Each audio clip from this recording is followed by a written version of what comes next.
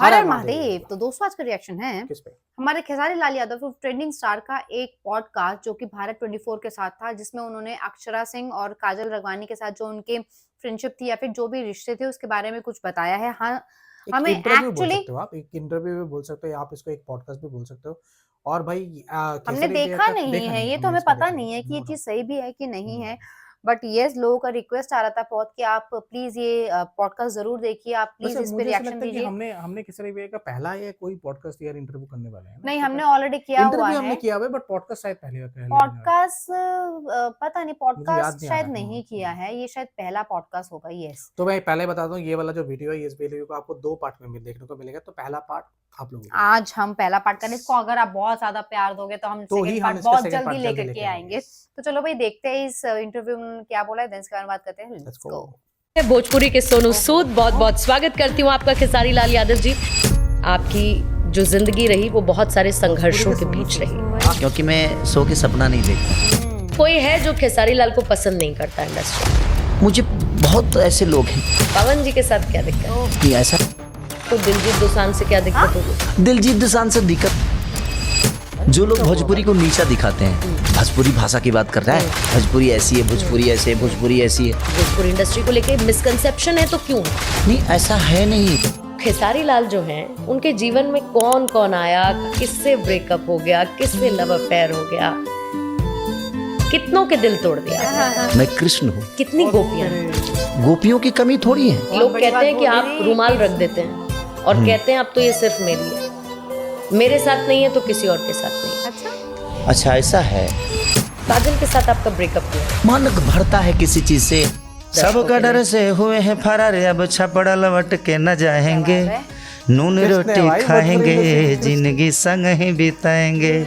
ठीक है। Podcast with पूर्णिमा के एक और एपिसोड में आप सभी का स्वागत करती हूँ। जिंदगी जीने संवारने को थामा हर किसी का हाथ।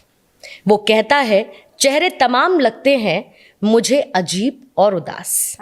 वक्त के थपेड़ों में देखा जिसने जिंदगी को इतने करीब से, वो पढ़ा नहीं सिर्फ लड़ा अपने नसीब से। जिसे कोई शहंशाह कहता है, कोई रॉबिन हुड सा, किसी के लिए बैड है तो किसी के लिए गुड सा।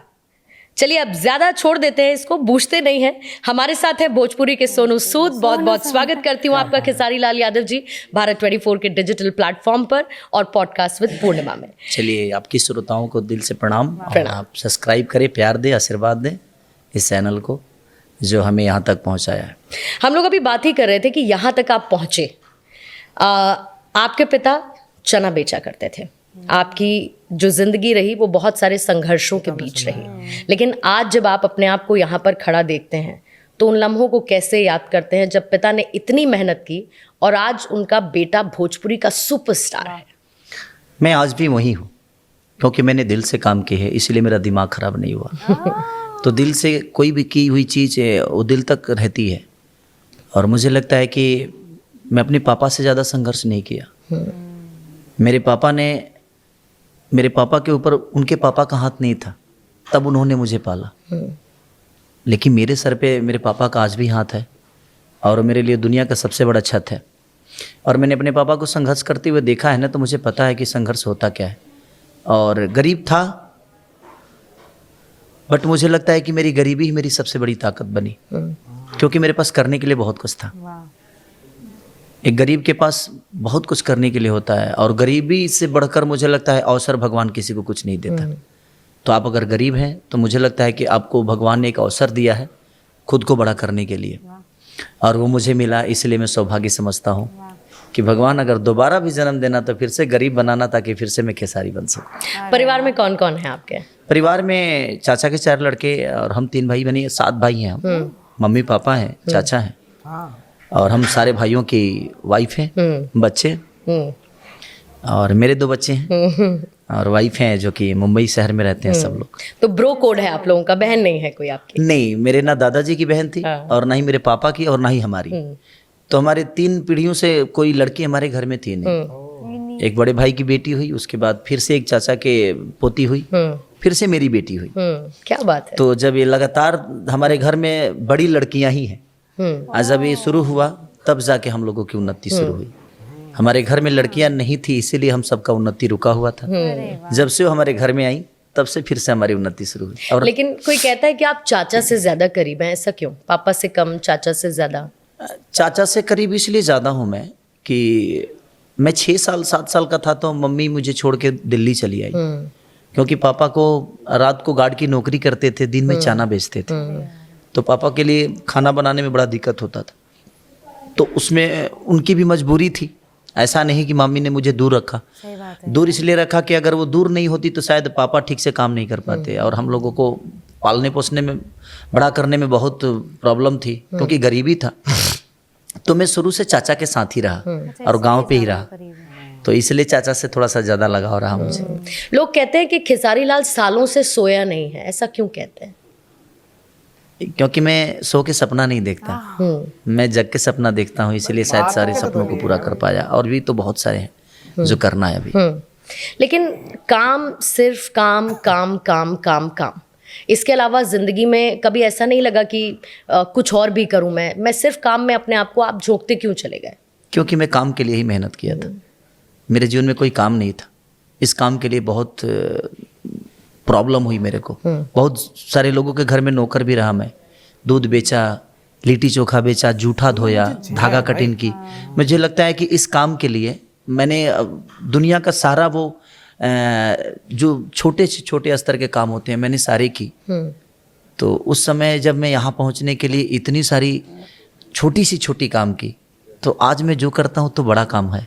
तो मुझे लगता है कि पता नहीं कल ही मेरे पास होगा कि नहीं, तो आज अगर है तो इसको खत्म करो। लेकिन लोग ये कहते हैं कि आज आप अकेले रह गए हैं, आपके आसपास कोई नहीं है, मतलब एक कोई टीज है ऐसी कोई दिल में आसपास लोगों के नहीं रहने की, या अपनों का उस तरीके से साथ ना रहने का, ऐसा कुछ? हर कामयाब आदमी अकेला होता है, ये बात तो सच है। ना उसके उन्नति में कोई साथ होता है और ना उन्नति के बाद, क्योंकि उन्नति में वो अकेला मेहनत करता है, उसको कद पद मिलती है, और जब उन्नति मिल जाती है तो अपनों को ये लगता है कि ये मुझसे बहुत दूर हो गया। तो किसके लिए कमाया फिर आपने, अगर अपने आप के साथ नहीं है तो? नहीं, देखिए, ये मेरा, मुझे लगता है कि मैं अब सिर्फ एक परिवार का नहीं बल्कि पूरा हिंदुस्तान मेरा परिवार है, और मैं पूरे हिंदुस्तान का बेटा ये तो कहने की बात है, अपना परिवार तो अपना परिवार होता है खेसारी। देखिए, वो एक तो जो जनरली चीजें हैं दुनिया में कि मेरा परिवार है, तो एक कहने के लिए परिवार तो बिल्कुल है, और आदमी कमाता भी है उन्हीं परिवार के लिए, लेकिन उनके साथ नहीं रह पाता है। रीज़न है कि अब महीने में मैं 20 दिन बाहर ही रहता हूँ, 10 दिन मुझे वक्त मिलता है, अपने फैमिली को टाइम देता हूँ, तो 10 दिन मैं अपने परिवार के साथ रहता हूँ, कभी फेस्टिवल भी मना लेता हूँ, कभी ज़रूरत पड़ता है तो वो लोग शूटिंग पे भी आ जाते हैं। बट 24 घंटा एक होता है ना कि ड्यूटी करने गया है, वो शाम को अपने बच्चों के साथ आएगा, वो जीवन नहीं है, क्योंकि जब आप समाज के हो जाते हैं तो आप पे जिम्मेदारियाँ बढ़ जाती हैं, और जब जिम्मेदारियां बढ़ती हैं तो इतने सारे जिम्मेदारियों के साथ मुझे नहीं लगता कि कोई परिवार को लेके चल पाएगा। आप बहुत बड़े सुपरस्टार हैं, चमकते धमकते सुपरस्टार हैं। अभी आप बता रहे थे आप जाते हैं तो सेल्फीज खींचते हैं लोग, त्योहार नहीं मना पाते, सब लोग पूरा गांव भर इकट्ठा हो जाता है सेल्फी लेने के लिए।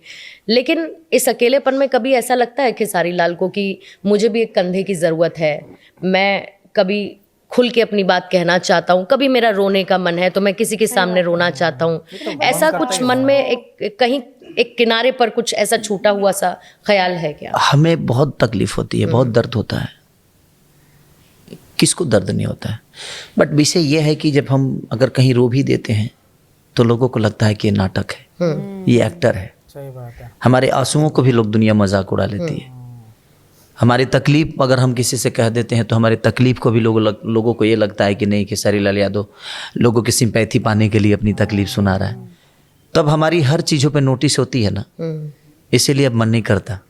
मन करता है तो कभी अकेले बैठ के रो लेता है आदमी की कोई तो हो पूछने वाला। बट एक चीज़ खुशी है कि दोनों बच्चे मुझे बहुत प्यार करते हैं। पापा कैसे हैं, पापा क्या कर रहे हैं। वाइफ मेरी हमेशा केयर करती हैं, वो हमारे लिए व्रत बहुत करती हैं वो। तो ये उनका योगदान बहुत मेरे जीवन में रहा है कि वो मुझे आप खुद से ज़्यादा मुझे अहमियत देती हैं। मैं व्रत करूं या ना करूं, मेरे लिए हमेशा वो उपवास रखती हैं। दोनों बच्चे बड़े प्यारे हैं कि दोनों बस, तो कभी कभी वो भी नाराज होते हैं मुझसे, कभी सब कंट्रोवर्सी होता है तो उनको भी लगता है कि उनका पापा गलत है। कुछ कंट्रोवर्सी नहीं, आपके साथ तो खेसारी लाल जी बहुत कंट्रोवर्सीज होती हैं। कहते हैं खेसारी लाल जितने सक्सेसफुल हैं उतनी कंट्रोवर्सी झोला भर के उनके साथ चलती है। लेकिन इतनी कंट्रोवर्सीज क्या अच्छा, ये आप बताइए। हैं वैसे कि कंट्रोवर्सीज हो जाती हैं, या फिर आप सक्सेसफुल है इसलिए कंट्रोवर्सीज पैदा कर दी जाती है? जो गाड़ी रोड पे चलती है धक्का तो उसी को लगता है ना। जो गाड़ी नहीं चलती उसको कहाँ से धक्का लगेगा? तो जब आप मार्केट में रहिएगा तो प्रॉब्लम तो आप ही को होने वाली है। आपके साथ के बहुत सारी ऐसी गाड़ियां हैं और आपके जितनी बड़ी बड़ी गाड़ियां हैं उनको भी कम धक्का लगता है, लेकिन और नहीं, एक्चुअली है क्या कि जो रनिंग गाड़ियाँ होती है ना उसको ज़्यादा धक्का लगता है। कुछ जो गाड़ियाँ आप बोल रही हैं, कुछ गाड़ियों का विधा अलग हो गया, कुछ गाड़ियों का प्लेटफॉर्म अलग हो गया। कौन सी गाड़ियां जिनका प्लेटफॉर्म अलग जिस हो गाड़ी गया? का बात कर रही हैं। नहीं, मैं तो आपसे पूछ रही हूँ कौन सी गाड़ी का प्लेटफॉर्म अलग हो गया, या कौन सी गाड़ी रुक गई है सड़क पर? नहीं, सबका अपना विषय है। कुछ चल चल के रुक भी जाती हैं, कुछ चलती हैं रुकती हैं, चलती हैं रुकती हैं। फिर भी और खेसारी का ऐसा है कि वो चलता रहता है। नाम नहीं बोलूंगा।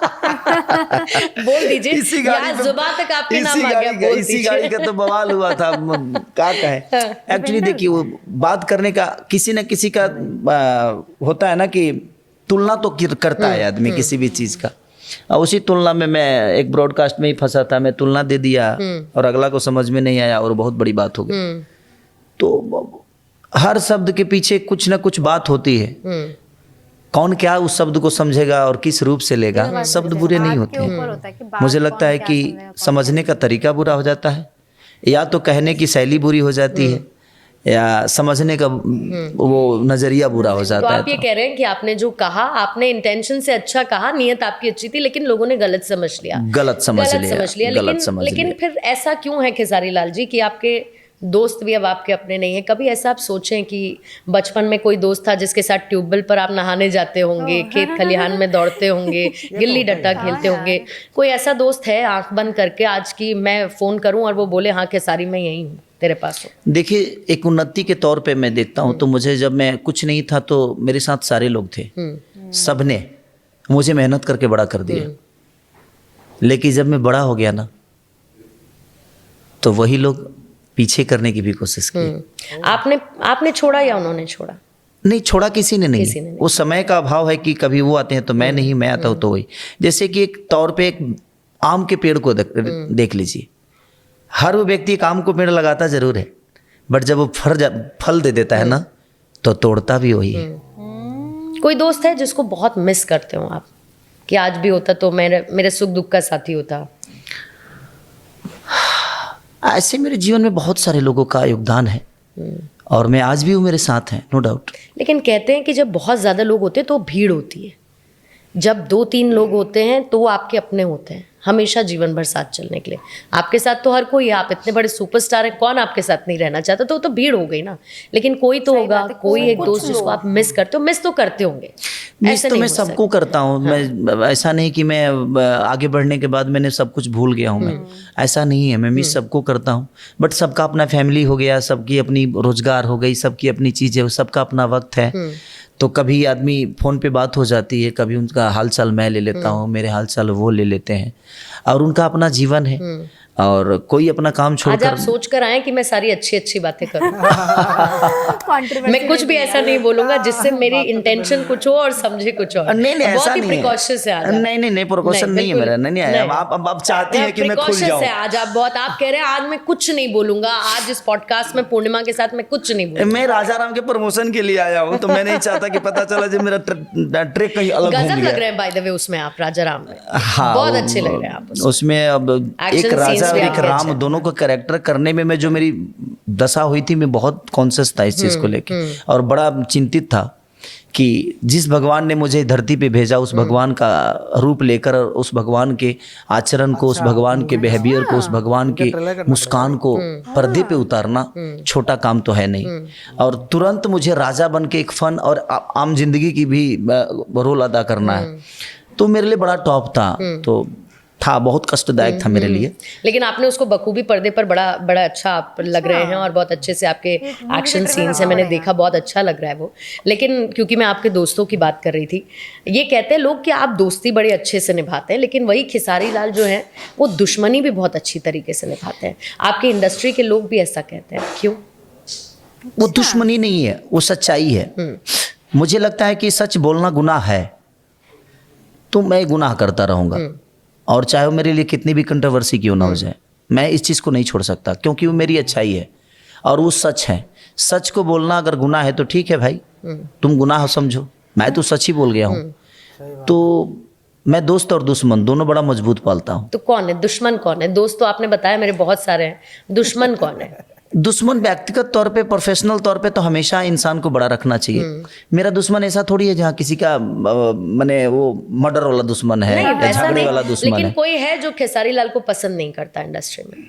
मुझे बहुत ऐसे लोग हैं जो अब पसंद नहीं करते, बट एक दौर था कि सबका मैं चहेता था, क्योंकि सबका सुनता था उस समय। कौन, नाम तो बताइए। नहीं, बहुत सारे लोग बहुत सारे लोग, एनोनिमस मत बात करिए, मैं तो नाम के साथ बात कर रही हूँ।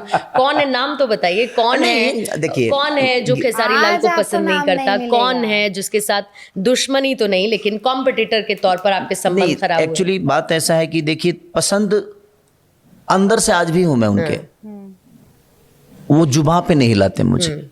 रीजन ये है कि उनको लगता है कि जुबां से हम इनको छोटा कर देंगे, बट मैं काम इतना करता हूँ कि मुझे छोटा करने की उनकी ख्वाहिश आज तक रही, और मुझे लगता है कि आजीवन रह मैं ही नाम ले जाएगी। लेती हूँ क्या? आपकी इजाजत से बताइए। पवन जी के साथ क्या दिक्कत है? बड़े भाई हैं वो मेरे। फोटो आपने डाली गले मिलते हुए, हाँ, तो हमेशा वो बड़े भाई और छोटे भाई वाला दर्जा उनका लगता मेरा तो रहा। नहीं है। नहीं, ऐसा नहीं है। मैं जब भी उनसे मिला हूँ, उन्होंने मुझे हमेशा एक छोटे भाई का सम्मान हमेशा दिया है, और मैं बड़े भाई का सम्मान, क्योंकि हम लोग जहाँ से आते हैं वहाँ संस्कार का बहुत बड़ा। हाँ, लेकिन एक कंपटीटर के तौर पे, एक अगर वो बड़े हैं, मैं उनसे छोटा हूँ, तो मैं हमेशा कोशिश ये करता हूँ कि उनसे बेहतर काम करके उनसे बड़ा बन जलन जाऊं। होती है? नहीं, जलन क्यों होगी? उनको आपसे होती है? पता नहीं, अब उनका पता नहीं मुझे, बट मुझे कभी उनसे जलन नहीं हुई। हमेशा मैं उनको बड़ा देखना चाहा, लेकिन अपने आप को भी उनसे बड़ा देखना चाहा, और मेहनत करके। ये नहीं कि अपने जुबान से बड़ा होना है। वो भी बड़े बड़े काम करते हैं, तो मैं भी कोशिश करता हूँ कि मैं भी उनसे बड़ा काम करके मैं भी बड़ा बनूं।